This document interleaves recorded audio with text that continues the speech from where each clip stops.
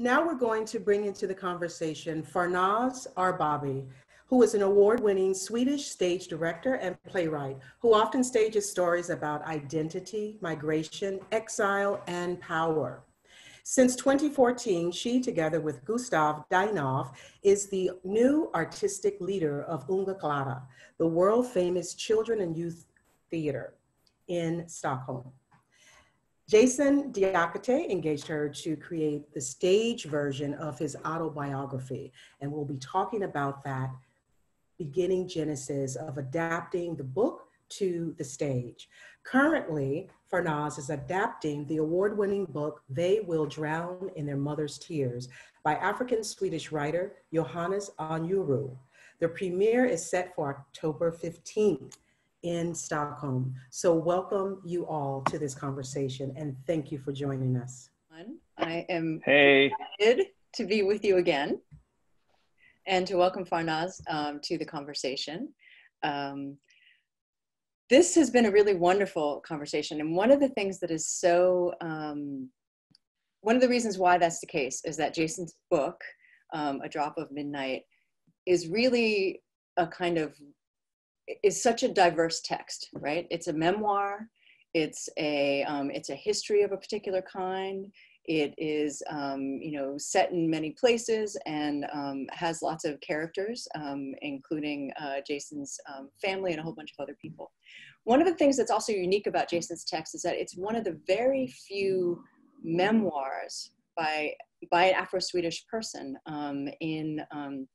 in Swedish, and there are very, very few writers, right, of Afro-Swedish descent in Sweden. So that the opportunity to work with Jason's book is one that was about not only the subject matter, right, but also a text that was really, I think, I'm assuming, a little bit of a challenge to adapt to the stage. So I wanted to ask Farnaz, when Jason asked you to adapt his book, we heard a little bit about Jason's reaction to it, about his shock about having to act, but I'm curious about what were your thoughts about how to move this book, right, multivocal, you know, transnational text, right, onto the Swedish stage? Like, how were you thinking about that process? Well, the book is, as you say, it's a really unique book, it's a memoir, but it's also a testimony of Sweden today, and also a sort of Swedish history. It contains a lot of information about Sweden's colonial past, which is very unknown to the Swedish, the population in Sweden. It's not something that we're taught in schools, or it's not something that people speak about. So for me, that was also very interesting that Jason, through his personal story, also the personal story could also embrace all these other things, the story about Sweden's past, and also the story about what it is like to grow up in Sweden and not passing as a Swede. And for me, it was the form of the book is very much as a monologue, I think. So for me, it was very adaptable. The form was adaptable. So I was very happy when you asked me, Jason, and I thought that this would be an amazing monologue with music.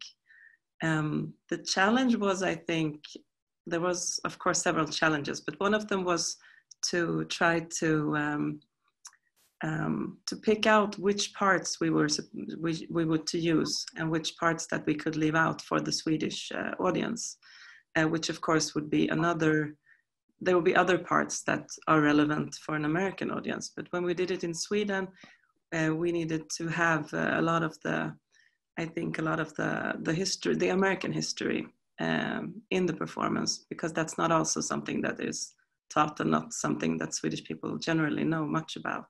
Mm-hmm. But then you had a fear of acting as well. Yeah. So we worked a lot with that.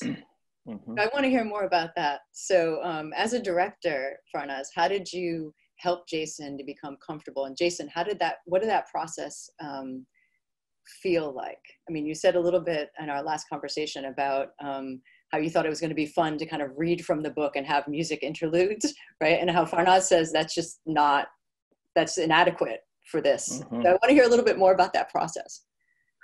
Well, I was very surprised when you told me that you had a fear of acting and you were afraid to to act on stage. Because for me, I mean, you're a performing artist. You're a person that is always on stage. And between when you perform music, you always like speak to the audience and you have some sort of contact. But I think that what I try to work with, which is also something that I often work with when I direct like plays with actors, that I'm very interested in to work with authenticity.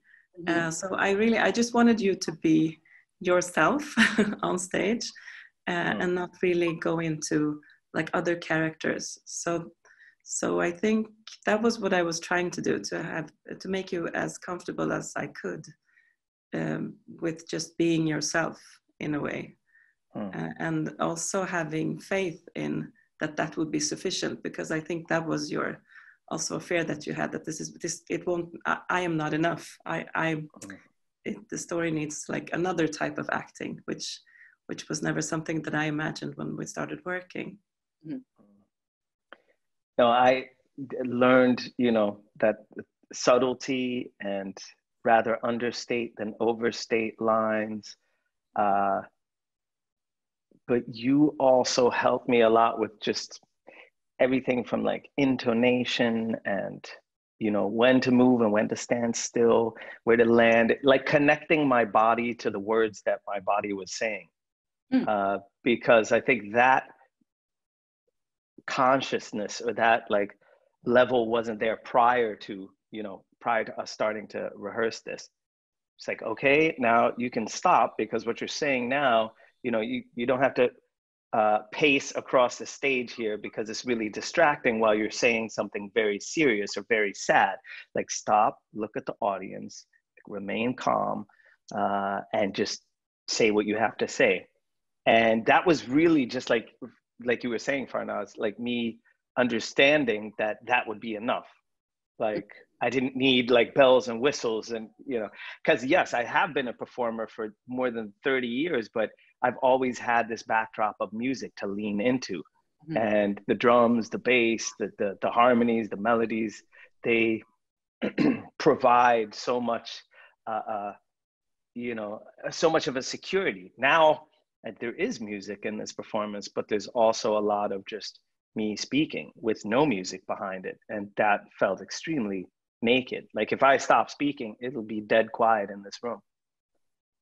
But then it was also just like techniques, like you taught me how to capture the lines, like how to rehearse them, to like read as much of the sentence, like look at as much of the sentence as I can, look away from the script, say the sentence, look down, say the rest of the sentence or the next one, look up, say that one, and then, methodically. I think it took us the first time we rehearsed, when I learned how to like put this text inside my head, I think we used 6 days to go through the script, or 5 days to go through the script from start to finish. And then over time, that was whittled down to the performance time of about 90 to 100 minutes. So it's really a methodical process of capturing and like slowly feeding line by line or half line by half line all this text into my head. Yes, that was also a thing, because as an author, you always read from the book when you have your readings or your performances. So you weren't really prepared that you had to learn everything by heart. So yeah, we worked with some things like that. There was another very kind of Swedish issue too, that like the musicians, so we had, and correct me if I'm wrong, Farnaz, but we had 5 musicians, and they're all from the band that I've toured with for the past 20 years. And they're all middle-aged. Well, now they are middle-aged, but they're also all white, and they're all men. So there was like a representation problem happening. Of course, Beldina Nyadwe was the lead vocalist in the project, and then followed by oh my God, Mira Palme. Mira Palme, who took over after Beldina had to go back to LA. And, it was mixing in, like, Farnaz directed us very with a firm but tender hand onto like, no, Baldina has to sing this song. And like, you know, we got like making certain choices that weren't like music driven choices, but were for the visual aspect and the actual representative aspect of the piece, you know, being that on stage, the only two Black people were myself and Baldina. That was definitely something to take into account. And now bringing the performance to New York, Eric, who's the composer, who is also a part of the band for the Swedish iteration, he'll be the only white person on stage, which, so, you know, I'm like, you know, now, Eric, you're the token white guy, you know, you may die first in the script, you never know. So it's just, you know, it just shows that the demographical differences between the south of Sweden and New York City. But that was really important for the staging, where you were placed on stage, how we worked with the lighting, to have you in focus all the time, and also have, because Baldina also had lines. She read the voice, she had the voice of your grandfather and your grandmother, and that was also a way of, I really needed to give her more space on stage, being the only woman, and also being Black. So we worked a lot with that, yeah. That's, I mean, that just the kind of, you know, the way that you talk about representational issues there. I mean, I want to go back to something you mentioned earlier, Farnaz, about how do those issues play into the kinds of things that you wanted to communicate specifically to the Swedish audience, right, about Jason's story. I mean, I can imagine, and you mentioned this a little bit earlier, Jason, I can imagine that, you know, you were also worried about the content of the story, right? And the way in which it would land, right, on a primarily white Swedish audience. And, you know, depending on, I mean, the venues that you were in were not the most staid venues, but nevertheless, right? I mean, the folks who can afford a ticket to the show, right, are going to be of kind of white theater going crowd, right? So I'm also interested in how you, what are the kinds of things that you felt like you absolutely had to, in order to stay kind of true to what Jason wrote in his book, right? I mean, the pain and the trauma of some of his childhood, the incredible discoveries that you make about your family. I mean, your father's story, right? What were the kinds of ways in which not only representation on stage, but like representation of the ideas? Like how did you talk about that in terms of what to really highlight and push? Because the show is not just entertainment, right? I mean, it's a form of activism. So how did you think about that? Well, representation and also the composition was one part of it, but with the content, we talked a lot about, there's, you tell the story of when you were a kid and you had other people calling you names and different kinds of racial slurs. So we discussed that a lot. Because that would be, I mean, in another context, we could have quoted that and used that if we had another audience, but with the white audience, we didn't want to give them these words. I don't know if you remember, Jason, we talked a lot about how to do that and how to, who can say this word? Because we had, at one point in the rehearsals, we were trying, maybe one of the band members could go into the role, the character of someone who calls you something, but that was really offensive. Yeah. So then we tried Baldina saying it, but that was also, that was also in a way like reliving the trauma, and also it went from a quote to an actual phrase said in the theater room. So I think what we finally landed that you would say the quote yourself, and that gave a whole, a depth to it, and also like, it felt in another way when you did it yourself. But I also think we took away some of those quotes. I mean, that's one of the many differences between working with these type of texts in Sweden and in the context of the United States, as far as I imagine working in the context of the United States, depending on where in the States you are. But saying the N-word is just like, in all instances in this country, it should be avoided. Like obviously, you know, obviously white people are not to say it at all ever, but even myself saying it is like, it has to be weighed gently. And even that was a discussion I had with my editor about including it in the book. You in know, the Swedish version or the American? in the Swedish version. In the American version, there wasn't so much, because it's so naturally contextual. Sure. And almost, you know, where it, of course, the way I used it in the book was to illustrate, well, the actual words that I was called by bullies in school. But there is the backdrop of it being a term of endearment. And like, there are people who, you know, it's different if Kendrick Lamar is to say it, or, you know, Jeff Sessions, obviously. Yes. Whereas in Sweden, it automatically lands more in the Jeff Sessions half of the playing field. So yeah, we did discuss that a lot. But also because you used it, we had it in the racial slurs that you were called as a child, but you also have it in the conversations between your father and I think it was also used as in another context. Right. Yeah. That was also a discussion we had in Sweden, because it's not at all used in that way. I mean, of course, we hear it in the popular culture from the United States. Yeah. But even so, there's been this, which is really, really interesting. There's been this kind of almost like an unspoken rule, like in Swedish hip hop, very few people use it, the N-word. Like in American hip hop, there's this total license to use the N-word, and it's obviously it's used as a, you know, as, well, what would you call it, Monica? I'm sure you have a better terminology for it. But like a colloquial and more like a collective term, and it's said within a certain context and so forth. Right, that has been transformed to a certain extent. Right, in that. Yeah, and kind of reclaimed, yes. You know. Yes, I think supposing that most non-Black Americans would ever say the word, because it's, right, it becomes a very nasty and mean and demeaning word. But even in Swedish hip hop, you'll very rarely hear that word.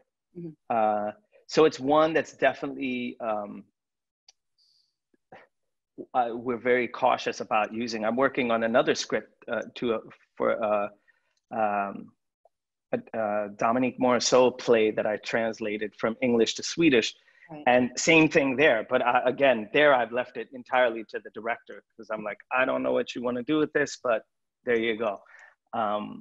But I think we navigated it very good. I must say, working with Farnaz, immediately I felt this trust in your vision, Farnaz, as opposed to me, who can be a little vacillating and maybe we should do it this way, or maybe we should do it that way. I'm not sure. What do you guys think? You know, you had a much more clear vision. You were like, no, we should do it like this. You were much more kind of firm in your belief on how we should do it, and not as, you were kind of unperturbed by like it being difficult decisions. So that automatically made me just trust you,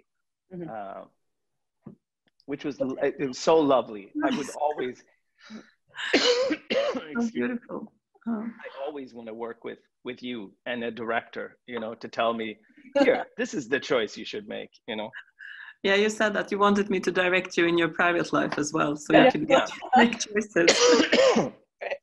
Absolutely. You know, that really, I mean, one of the things I was saying to Farnaz before we began today's conversation, right, is that, you know, as a, you know, Swedish Iranian, right, and Jason being an Afro-Swede, I mean, I'm imagining, and this is a question, I'm going to assume anything, I'm imagining that, you know, the fact that you bring those identities into the process, right, and you know, are navigating the same sort of white Swedish establishment around these ideas of race and ethnicity and belonging, right? I can imagine that your working together, you know, would actually create a certain amount of trust out of somewhat of a shared experience. So Is that how you, is that, I mean, Jason, you, I'm assuming, I mean, I don't know how you guys got together. Like, did Jason, you know, choose? Did you know immediately? You know, and was that, I mean, I'm assuming that was part of the reason, right? Because Farnaz has this. I went for a long time. Oh. I know Farnaz through a mutual, one of my very close friends is also very close friends with Farnaz. I've been to see a lot of Farnaz's plays. Like, I was in awe of her work. But for the longest time, while thinking about or working on turning this into a stage performance, I was like, I can't call Farnaz because she's like a real theater director.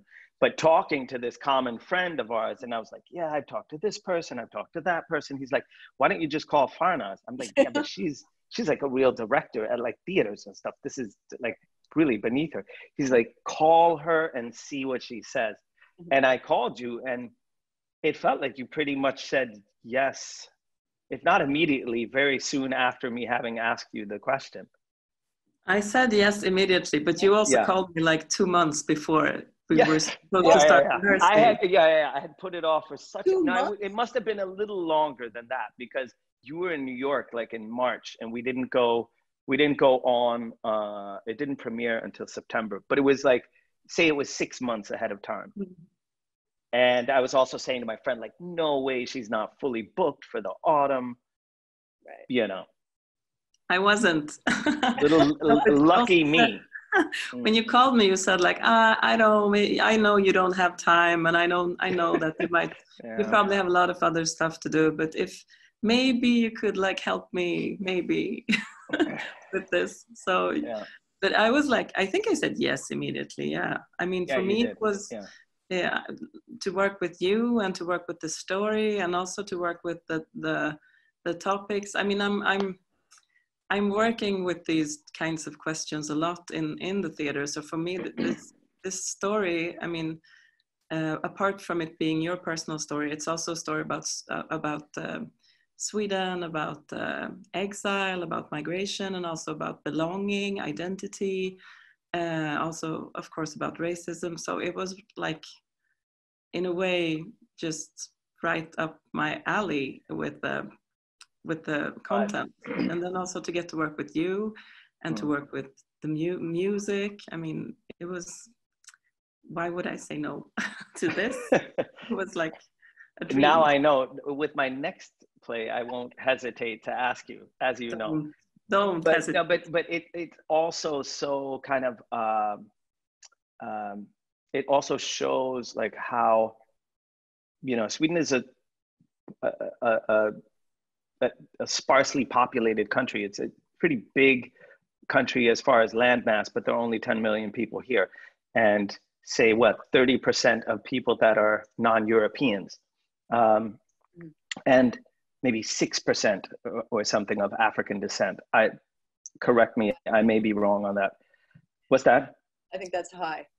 Yeah, okay, so it might even be lower. But so few non-Europeans have cracked that kind of drilled holes in the glass ceilings and been allowed that access to like the stages. Like Farnaz sets up plays on the Royal Dramatic Theatre. You know, it doesn't get any more kind of fine culture than that in Sweden. But there are very few of us who have managed to have that persistence, talent, and just like courage to kind of claim that space, which is really impressive. But it's also like, it also shows like Swedish society in general, representation is really an issue, you know, that even in the arts, as far as when you go outside of Swedish hip hop, where representation is not a problem. But in every other art form, more or less, you know, people of non-European descent, non-whites, have to really fight their way in. That's true. That's when I started like 20 years ago, there was like not even a handful of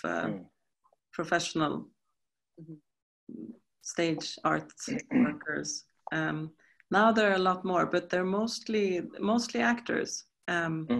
Not so many directors, and even fewer like people around, like light designers, set designers. I don't know if like maybe 2 persons in Sweden. So it's really, the arts is really like behind in that. A long way to go still. So that leads me to my to a question about the current moment, right? Jason's the American version, or the English language version of A Drop of Midnight, will hopefully open, right, at Harlem Stage sometime in 2021. And you know, so much has happened since the 2 of you got together in when is it, 2016 initially? Yeah. Well, yeah, actually it premiered September sometime 2017. So I think we started working in 17, early 17. So much has happened since, you know, 2017.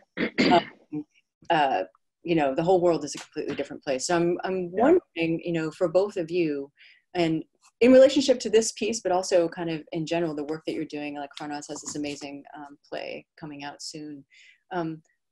What's important about theater, right, and performance right now, right? In this moment of pandemic, of Black Lives Matter, of both in the US and Sweden, a kind of resurgence and kind of strength of far-right politics. You know, I mean, climate crisis, we've been seeing, I mean, last week in California, I mean, it's just been kind of incredible. So, you know, what is really important about, for you, right, for the work that you're doing now, and in particular for Farnaz, for the theater, and Jason for this, you're working in a whole bunch of genres now, right? You talked about you translating plays, I know you've translated books, you just came out with a children's book, you know, you're doing a lot of different things. So I'm curious about, you know, what's important about that work for you right now, and like what it is, what are the kinds of agendas that you're trying to push, you know, in this moment? Well, I think the theater as an art form has a lot of potential to be healing, and also working with it's in a way it's very empathetic, if you can say that, because there are real people standing in front of real people, portraying lives of characters that you might not even have met in your life. And then when you're sitting there as a person in the audience, you can feel with the characters that may be very far from you in real life, but at the moment when you're in the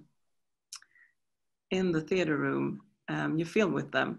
I think it's a very powerful way of telling stories, and a very powerful way to bring people together. And of course, it also has an element of activism in it. I mean, it could be like giving a speech, or like you can always play with, you can do like utopias at the theater. You can show what you would dream of society to be, what you would want for the world to become. You can also do dystopias, as the piece I'm working on right now, Johannes Anjura's book. It's a dystopia of a fascist Sweden in the future. What would it be like?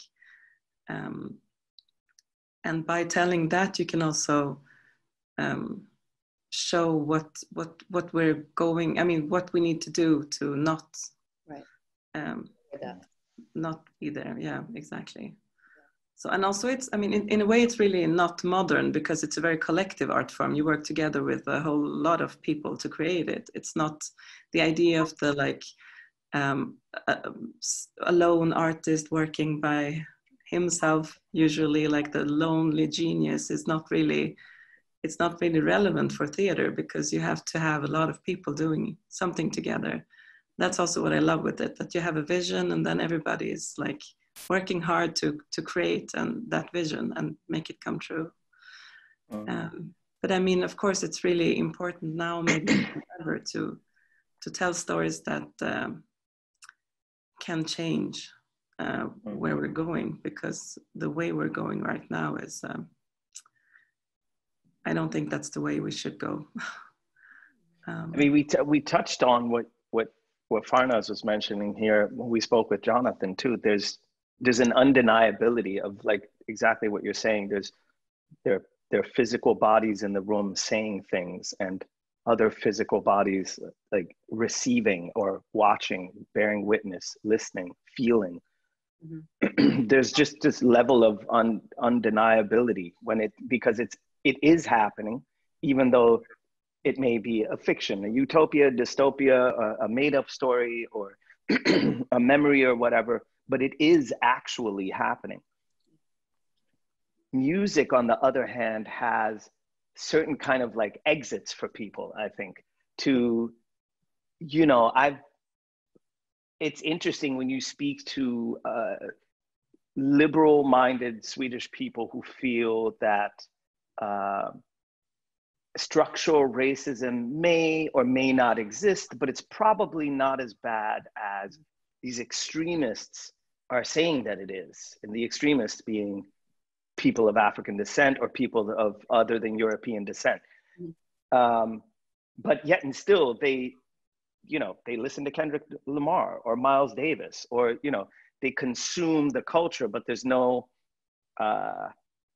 it's not connected to being a part of the community or empathizing or sympathizing with that community from which this culture that they so gladly and feel so much for, the connection isn't made for the situation that and the reality that culture comes from. Mm-hmm. And I just think that like you were saying, Farnaz, that theater becomes one of the strongest kind of ways to actually move people, because it's real live human beings most of the time saying it to a live audience. Now, what that then becomes in this new digital space, or the socially distanced space, or, you know, a time where performances with audience may be permitted and 3 months later they're not permitted, also speaking to how many people it takes to set up a show. I don't know how that's going to go down. As far as in the music business, I think everybody in Sweden at least sees that it's going to be a few like tough years ahead. Because even as the pandemic lets up, like there'll be this bottleneck of everybody, you know, wanting to and needing to get back on stage. There's a limited amount of stages. Wages will probably go down as audience attendance goes down. But you know, human creativity at the same time is water flowing down the mountain. So it will find a way. That I'm not worried about.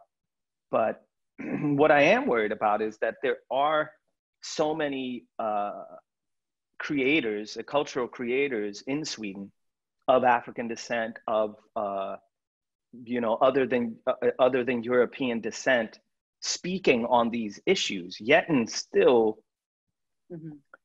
you know, you go 5, 10, 15 years back, we were looking at like the white supremacists out on the far right, that being, you know, the threat. Those are the racists and so forth. Today, what the pandemic and the protests and just everything leading up to now has really laid bare is how like white fragility and this kind of resistance to recognizing privilege and prejudice and dealing with those issues, you know, how deep-seated that is in this culture today. And again, where our audience is, like, if you come to a Timbuktu show or you go to see a Farnaz Arbabi play, will be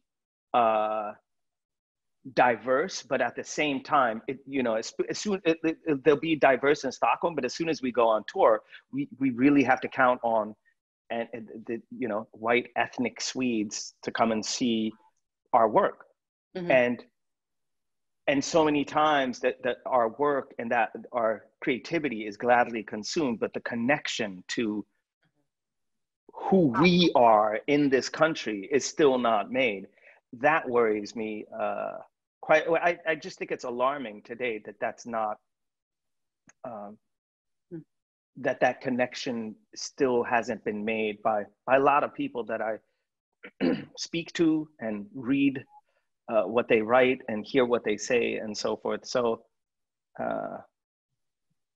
in a sense, I guess we have to work even harder, but at the same time, I feel like I don't even have time to explain these things to people who haven't made that connection yet. I'd rather just address the people who I know understand or who are open to hear it. And that's also when some people, usually white people, come with the criticism that, oh, you're preaching for the choir, and they already know, why don't you play this for someone who's really a racist or someone who's a right-wing extremist? But I think that the identification and the mirroring that happens when you are on stage, Jason, or if someone comes to see my plays, when you're a person of color in the audience, maybe a young person, experiencing someone standing on stage and telling a story that you can relate to, that you have experienced yourself, is so powerful and so important for the future.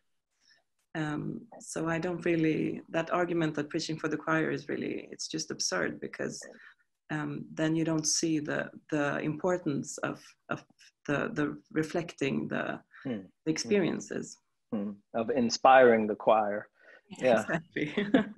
Or creating a choir, maybe. Yeah, or creating one. Yeah, empowering a choir. Yeah. I mean, it seemed to me that like the collaboration that you two entered into, and then, you know, the way that this piece is traveling, right, is doing that multiple work, right? It's creating, I mean, in some ways there's an element of education, there's an element of recognition, there's this element, I mean, even as it travels across the ocean, right? I mean, there are aspects of Jason's story, you know, both about his childhood as well as his family history that really resonated with me and my own, you know, family, my African-American family, but also I mean, I see also parts of my you know, the Swedish family that I married into, right? I mean, as part of that, you know, the society, right? I mean, it's all there, right? So there's a way in which the creation and the centering of Jason's story, right? And the centering of actually in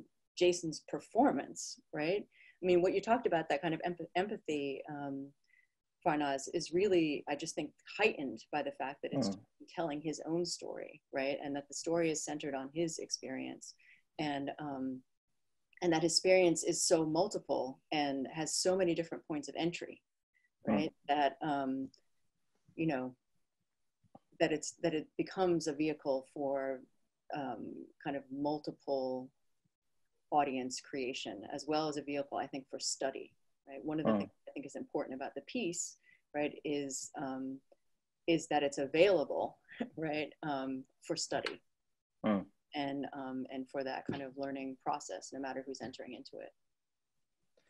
I mean, another thing that we, and that you, Farnaz, quickly picked up on in the book, of course, which is kind of a, among other things, one of the themes of the book is trying to find out who my grandfather was, or what type of person he was, or what he must have felt, or what he must have thought, and my grandmother.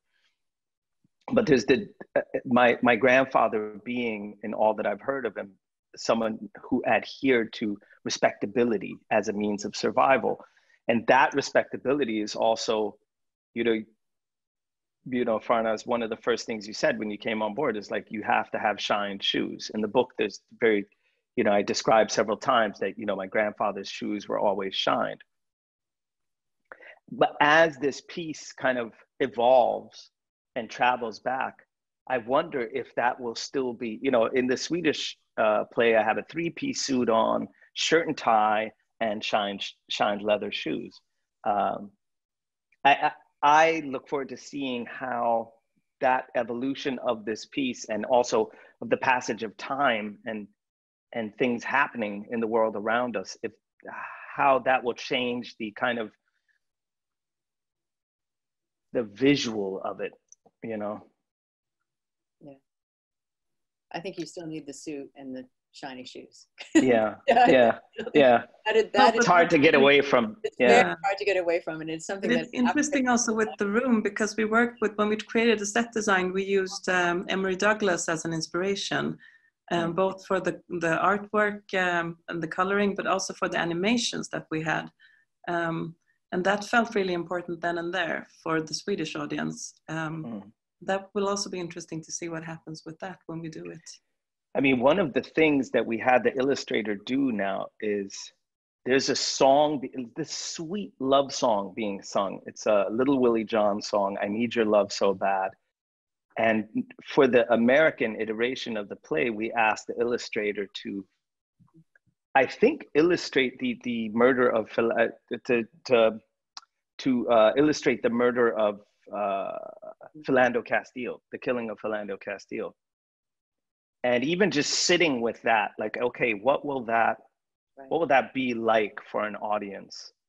It was just so, you know, I don't know how that exactly will land, but to me, it was just, it becomes so strong in the sense of how could these parallels exist, right? This oppression that means that a routine traffic stop could turn fatal, or so many times does, as we've seen over and over and over again, still have produced this like sweet, tender, so deeply human culture. That to me, that dichotomy is just,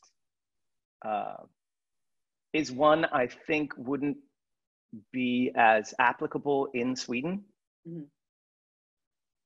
In Sweden, it served the purpose of the messaging a lot more to contain, you know, the information about, like, including all the stuff about Sweden's role in the transatlantic slave trade, and Sweden as such a huge importer of cotton picked by enslaved people in the American South. Kind of just a re-reminding and uncovering or re-examining of Swedish history and who Sweden as a nation was in all of this. So it's just these different paths for the same story, or the same stories to take, and what becomes important in what context, I find really kind of interesting with a piece of work that, with work that I've lived with for so long. Well, I think it goes back to what Farnaz was suggesting at the beginning about the function of theater as a healing process. And I feel that, you know, it's maybe the case that A Drop of Midnight did a certain kind of work in Sweden, but I do think in an American context, and really important work in terms of bringing that to the fore and actually explaining, you know, to primarily, right, I mean, primarily a white Swedish audience, right, that these things happen and that it happened to people, and, you know, and that, you know, and that racism, you know, is that racism is a major factor, but at the same time, Blackness has this history, and right, has a kind of, you know, is a cultural force, right, that mitigates against some of that racism over a lifetime. I think in the American context, it's really interesting to me that the kind of recognition that American audiences will have with your story, right, and also will recognize, in particular, the music, right, having the music and the words together as having that kind of healing property. You know, that's kind of what we're used to in the theater, right? I mean, we often go to the theater and see really racist things happening to Black people in African-American theater. That's a lot of what goes on, right? But there's always some other piece in there, right? That's about either the humanity that the actors are bringing to the piece, right? It's about the way that it's being staged. It's about the context in which it's staged. It could be about, like, you know, the kind of music or whatever else that's involved that always brings ultimately, right, that healing, that piece of recognition and empathy, right, that is so important, I think, to the live theatrical process. Yeah. So thank you. Thank you, Farnaz. Thank you, Monica. I mean, we obviously could go. I have, you know, so much more I'd like to say on this issue, but there's Monique. Hi, Monique. And hey. I feel like this is a wonderful segue, as you were talking about the music and how that is integral to the storytelling of this piece. And Jason, as musician, of course, your first language. And it's so exciting to see how all of the other elements of the animation and the script and all of that came together. And we are so looking forward to the premiere. But before we get to that, we have one more conversation around the music and hip hop and how the global impact of hip hop has just infiltrated all over the world and on stages. So thank you so much, Farnaz, for being, Jonathan calls himself a doula, and I would say that you are a doula to this project as well. Really Absolutely. And, you know, from its embryonic stage to— Farnaz is a parent to this project, I would say, you know. Thank you so much for inviting me. It was so lovely to speak to you and to speak about this process. Thank you.